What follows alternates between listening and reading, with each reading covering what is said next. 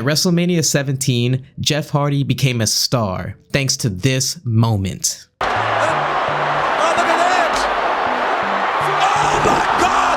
And for the 20-foot ladder! What? Jeff got his start in WWE as a tag team with his brother Matt. The Hardy Boys were part of the Attitude Era's tag team division headlined by them, Edge and Christian, and the Dudleys. In pro wrestling, tag teams rarely last forever. So in true fashion, the brothers found themselves going their separate ways in 2002. Jeff was destined for stardom as he possessed the intangibles that Matt lacked. Jeff had far more charisma and a unique connection with the crowd.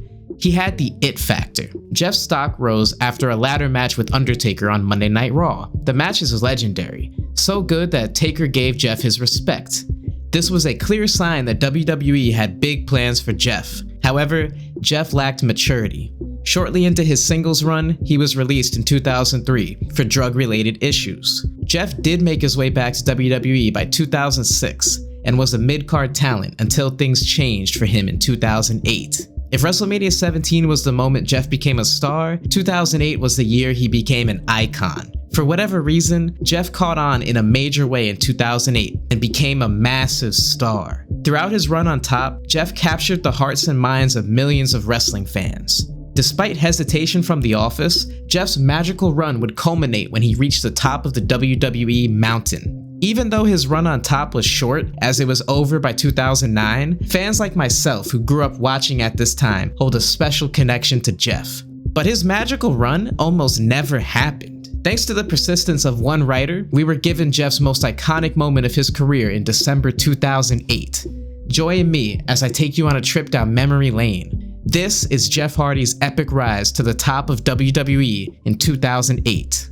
Jeff Hardy made his return to WWE on August 21st, 2006 to confront his brother's arch nemesis, that piece of cow manure, Edge. Bro, Jeff came out to a Stone Cold circa 1998 pop. This dude was a literal rock star. You can literally hear girls in the crowd screaming at the top of their lungs for him. Now that I think about it, that's one of the things that made Jeff an elite level superstar. The girls loved him. Being popular with women helped separate the top stars from the rest of the talents. Not many girls back in the day were into wrestling, but they sure loved Jeff. Jeff's return made fans realize how much we missed him. The Swanton Bomb and Whisper in the Wind are two of the coolest moves in WWE. He was so fun to watch, so it makes sense how he quickly rose up the ranks. Anyways, Jeff won the Intercontinental title, then later reformed the Hardy Boys with Matt. He continued to rock the crowds every night, but due to his past, WWE was hesitant to use him as anything more than a special attraction. His July 2007 suspension for violating the company's wellness policy only made matters worse. It was unlikely he'd be WWE Champion or anything like that. You know, he'd be the guy that came out at the 9 o'clock hour on Raw and electrified the crowd, that kind of thing. Regardless of the suspension and checkered past, Hardy became too popular to deny. Jeff had owned up to the mistake he made and vowed to better himself, which resulted in the start of his huge push at the end of 2007. He was so popular as he stood out from the rest of the roster. From the moment his iconic theme music hit, you knew you were in for a fun time. Upon his return, he won the Intercontinental title from Umaga. A huge win in the Survivor Series elimination match with Triple H would follow. This resulted in the two starting a program. They would tag off and on before having a match at Armageddon 07, where Jeff beat Triple H to earn a title shot versus Randy Orton. This, ladies and gentlemen, is where Hardy's epic rise truly began. Honestly, if I had to pinpoint it, this was maybe the moment where Jeff became an icon to wrestling fans. In the build-up to his match with Orton on the January 14th episode of Raw, Jeff did this.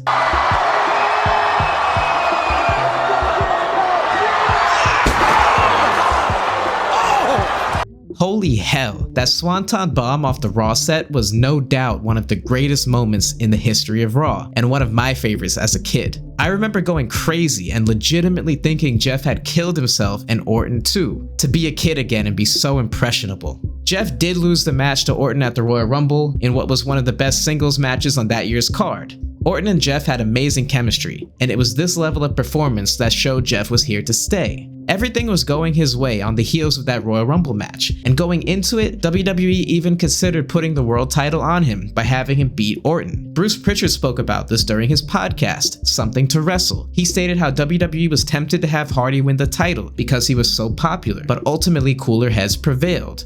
WWE was hesitant because of his track record, and in Pritchard's words, the Royal Rumble was like a test for Hardy, and he passed.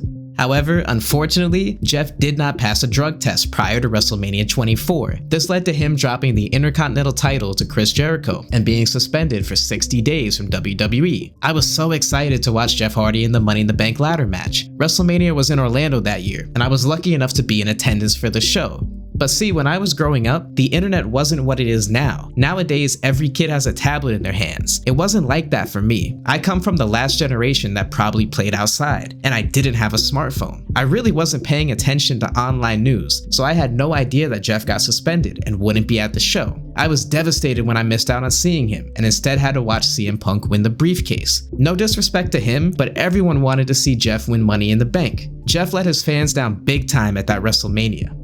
In the aftermath of WrestleMania, since I didn't read wrestling news, I had no idea where Jeff was. Then one day he just returned out of nowhere. I was so happy to see him back. Nevertheless, this suspension looked like the end was near for Hardy's push in WWE. He was supposed to win the Money in the Bank briefcase at Mania 24 and go on to become world champion. His brother Matt even confirmed this on his podcast. But bro, we fans did not care about Jeff's personal issues, and we continued to cheer him and buy his merch in droves. I'll never forget this iconic Jeff Hardy shirt I had. I cherished that shirt. Jeff was just so cool, and it seemed like everyone had his merchandise. Whether it was the arm sleeves, the necklace, or his awesome t-shirts, Jeff was the man.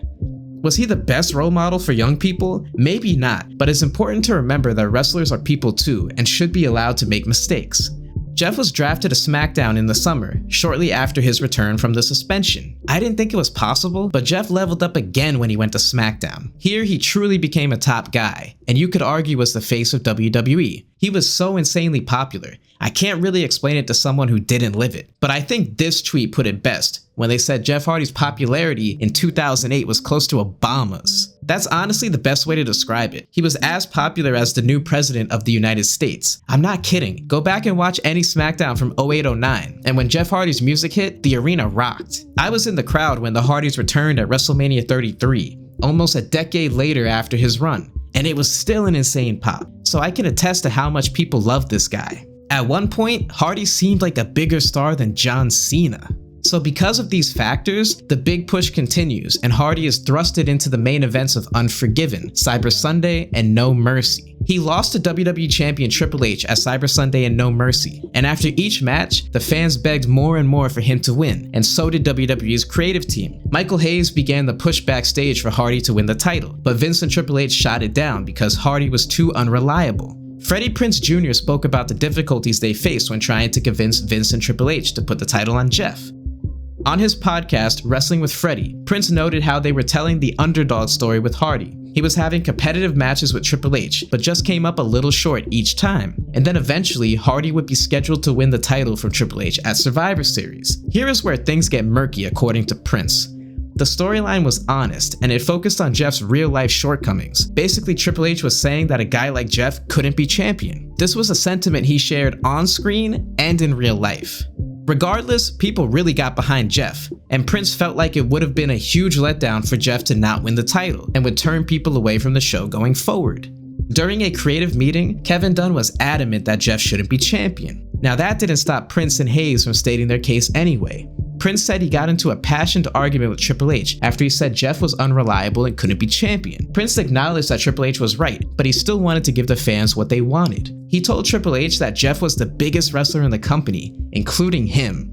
Prinze got his wish as Vince McMahon agreed to put the title on Jeff. Not at Survivor Series though, because Triple H didn't want to lose to Jeff in a one-on-one match. Instead, Edge took Jeff's spot and won the title. Edge was such a scumbag, bro. After this, Jeff got one more title shot, and he won the big one. We have Freddie Prinze Jr. to thank for this moment right here, and the celebration that came with it. Spot time! Spot time! Let's go! Hardy wins! Jeff Hardy wins!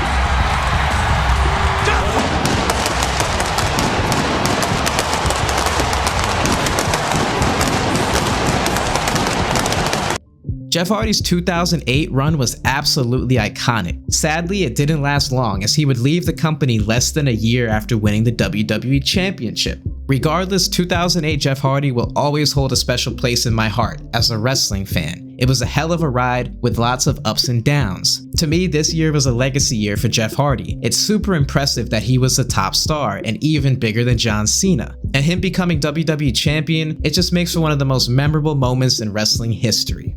Let me know if Jeff was one of your favorite wrestlers, and what were your favorite moments from his career. Consider giving a thumbs up if you enjoyed this video, and I'll talk to you on the next one.